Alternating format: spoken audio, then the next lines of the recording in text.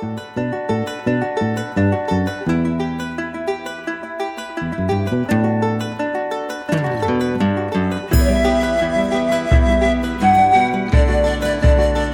cultura chavín puede ser objeto de estudio para muchísimas ciencias, no básicamente para la arqueología o la historia o la lingüística o la etnolingüística.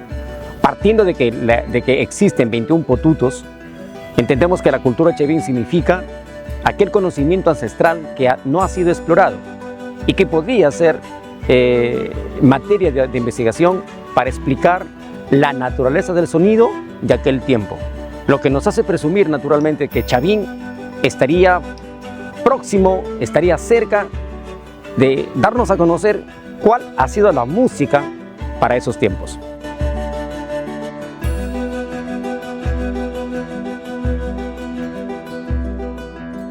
En esta oportunidad, como parte del grupo de investigación SEDACE, integrado por quien les habla, Beder Bocanegra, Raquel Tello Flores, Pilar Celis Fernández y Milagros Cabeza Martínez, nos propusimos explorar lo que significa chavín como cultura, pero sabiendo que existe un constructo muy antiguo que es los potutos. En función de ello, quisimos averiguar también, junto con los estudiantes, qué es lo que aporta al conocimiento o qué conocimiento tiene que aporte a la ciencia, toda vez que entendemos que el sonido, muy al margen de la psicología y muy al margen de la lingüística, ofrece elementos muy importantes para entenderlo como una entidad que tiene significado. Frente a eso, nos preguntamos si es que los potutos y el sonido que emana, a partir de los datos que habíamos logrado, tiene significado. Razón por la cual emprendimos esta tarea y que originó precisamente tener un proyecto financiado. Y nos fuimos hasta la ciudad con los estudiantes con la finalidad de explorar qué es lo que hay en los potutos, toda vez que se sabe que hay 21 potutos que no han sido explorados y que son materia todavía de análisis para el mundo académico.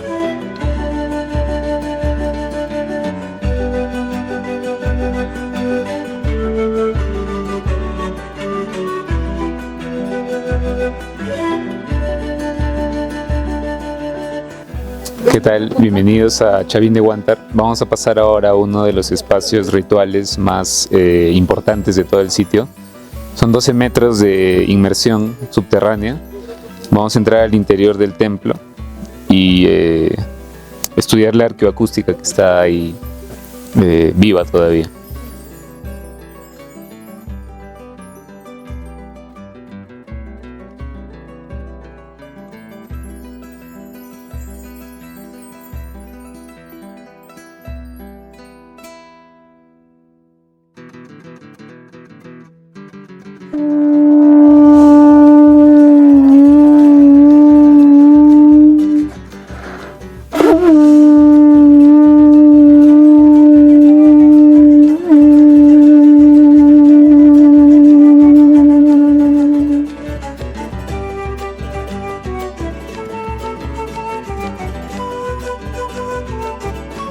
La experiencia al oír los potutos dentro de las cámaras de Chavín de Huántar, para mí en lo particular, no fue tan agradable porque sentía unos zumbidos en los lados de mi cabeza y me remontó a situaciones inesperadas.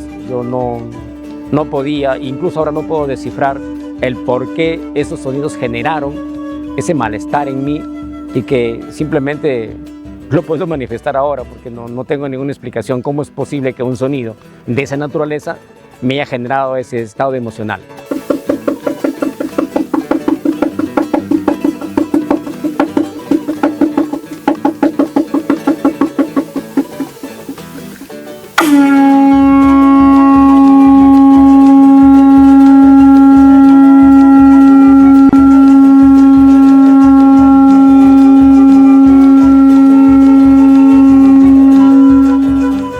Estas cabinas de sonido datan de mucha antigüedad, más o menos de 1200 años antes de Cristo, que se ubica posterior a Caral y que nos ha permitido grabar los sonidos y que es materia de estudio para el curso de fonética y fonología de lengua y literatura de tercer ciclo de nuestra facultad.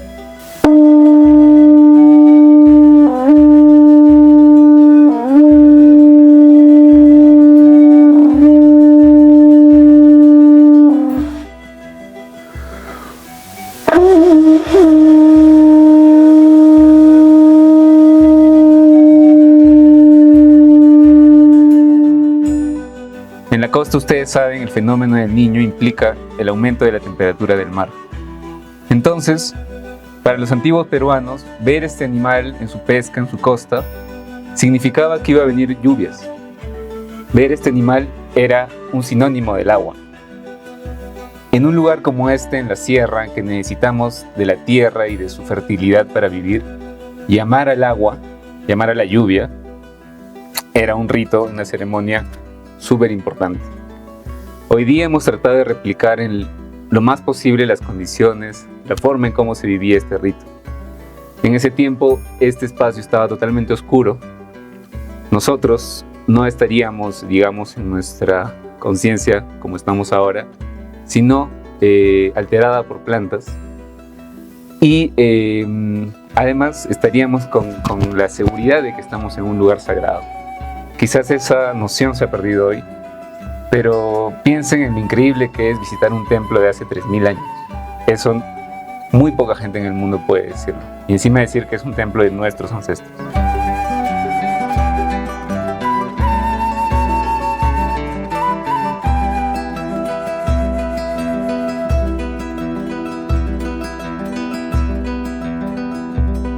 Considerando aquel comportamiento guerrero de los chavín y que se data de 800 años sin haber empleado algún ejército, entiéndase que de alguna manera la condición sanguinaria de esta cultura ha sido un primer atributo como cultura. Por lo tanto, estamos pensando también que los pututos fueron ese elemento icónico, sonoro, que sirvió de comunicación. Pero no se descarta la idea de que estos sonidos, aun cuando no se conoce su significado, tenga significado en ese contexto, es decir, obedezca a una evidencia de los rituales o de la manifestación de poder frente a la condición bélica que ellos tenían en aquel entonces.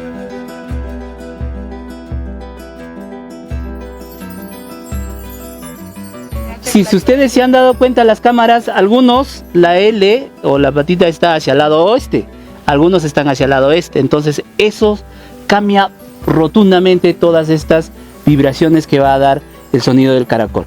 Y yo sé que por algo lo utilizaron los caracoles, por algo estaban guardados acá, ¿no? En 2001 se encontró pues 20 de estos caracoles por el doctor John Rick, que estaban bien protegidas por unas inmensas rocas, unas vigas.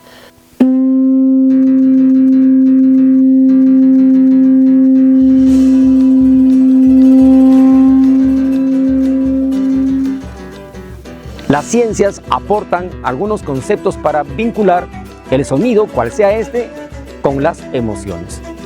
Sin embargo, existen situaciones que no se pueden explicar, como es que una canción o un sonido triste genera situaciones contradictorias, la alegría, por ejemplo, o una canción alegre genera una situación contradictoria como la tristeza. Pero ¿cuáles serían estos elementos que proporcionan los pututos, sabiendo que simplemente son sonidos que dependen del instrumentalista? Me permito decir que es instrumentalista, no puedo decir que sea un músico.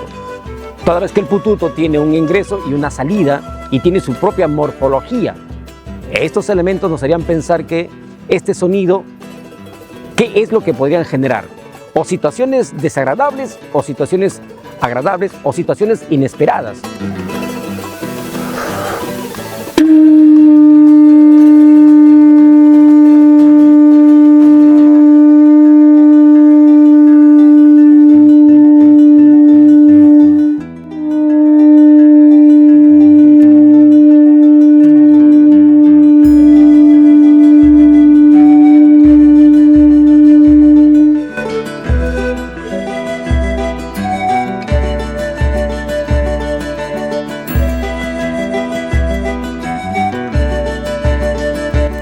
Julio Cetello, al no ser un arqueólogo de formación, pero dio muchísimos aportes a entender la historia, a entender la arqueología, nos da los primeros atisbos de la antigüedad de la cultura chavín. El origen, naturalmente, hasta ahora es discutible. Sin embargo, los estudios que él realizó no creo que hayan sido suficientes como para entender, por ejemplo, el valor que tiene el pututo dentro de la cultura chavín y específicamente en el escenario de los rituales. O sea, no creo que haya sido suficiente el aporte, porque esos pututos recién han sido descubiertos y no han sido explorados todavía. Han sido descubiertos en unas fosas que aún permanecen en el lugar. Se entiende que son 21 y que todavía no han sido materia de investigación.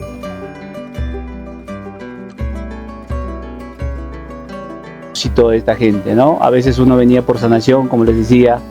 Hay otros que querían transformar su vida, hay otros que querían ver el futuro, ¿no? Para ello ya se utilizaba plantas psicoactivas, alucinógenas. Una de esas plantas es el cactus de San Pedro, el ayahuasca, el floripondio, el yopo, ¿no? Son plantas que usaban para poderlos internar dentro de estas galerías y poder experimentar esa sensación que ustedes acaban de tenerlo en estos momentos, ¿no?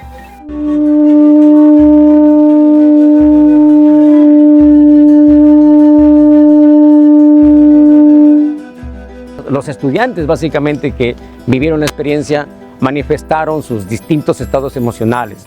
A algunos les fue agradable, a otros no les fue agradable, a otros les fue indiferente.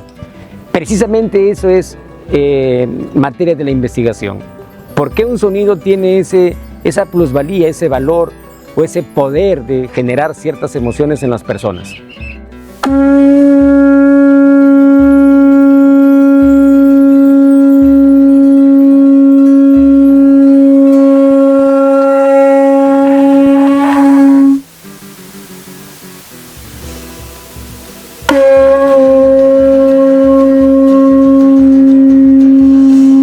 Bueno, aprovechamos la oportunidad para agradecer en primer lugar a los estudiantes del tercer ciclo de literatura e investigación que se desarrolló en el curso de fonética y fonología española. En segundo lugar, a los miembros del equipo que acompañan, la doctora Raquel Tello Flores, la doctora María de Pilar Fernández Celis y la doctora Milagros Cabezas Martínez, quienes han acompañado desde distinta posibilidad el desarrollo del proyecto. Evidentemente, aún estamos en proceso.